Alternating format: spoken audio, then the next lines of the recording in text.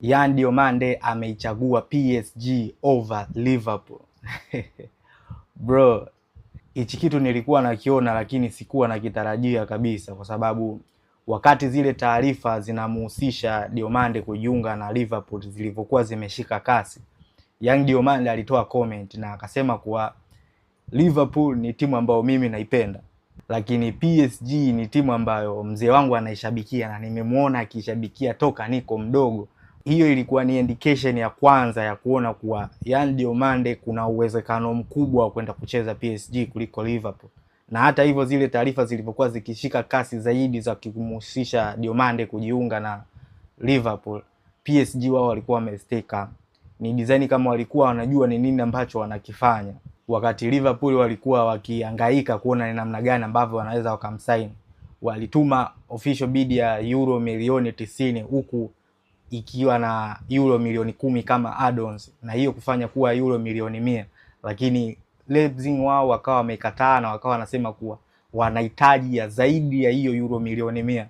Naweza nikasema ushawishi mkubwa wa mzee wake kujiunga na klabu hiyo, kwa sababu mzee wake pia ni shabiki wa hiyo klabu.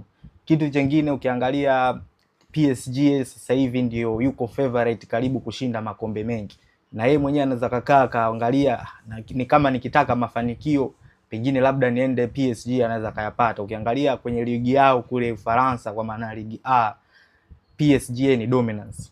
Almost akienda kwenye msimu yuko ni favorite na uaga anashinda. Sio FA ya kule, sio ligi ya kule, bado ni totally dominance anafanya. Kwenye Champions League sasa hivi ameanza sasa naye kuwa dominance, kwa sababu msimu uliopita kabla ya huu msimu alishachukua Champions League. Msimu huu tena amechukua Champions League, na hiyo kufanya kuwa Champions 2 in a row, mara 2 mfululizo.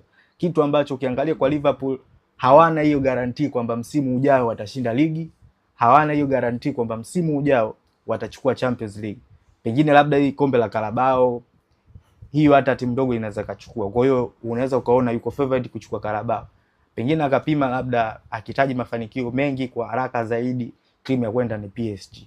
Kitu chengine, Liverpool bado hawajaseto. Ukikumbuka tayari wameshamfukuza Arne Slot na sasa hivi kaingia kocha mpya Andoni Raola. Quality kubwa kama kina Mo Salah ishaondoka kwenye timu. Kwa hiyo timu sasa hivi inaenda kuanza upya, wakati PSG wao still bado wana kikosi chao. Kwa hiyo wanaweza kupanga mipango mizuri na kumhusisha yeye ndani na kuleta kitu bora zaidi. Tayari Liverpool wameshamkosa Yan Diomande, lakini kuna taarifa ambazo kwenye kupita nimeziona ni wanamtaka Barcola. Kwa hiyo kama watampata Barcola, it's a nice choice. Kama unampoteza Yan Diomande, ni mara 100 umpate Barcola.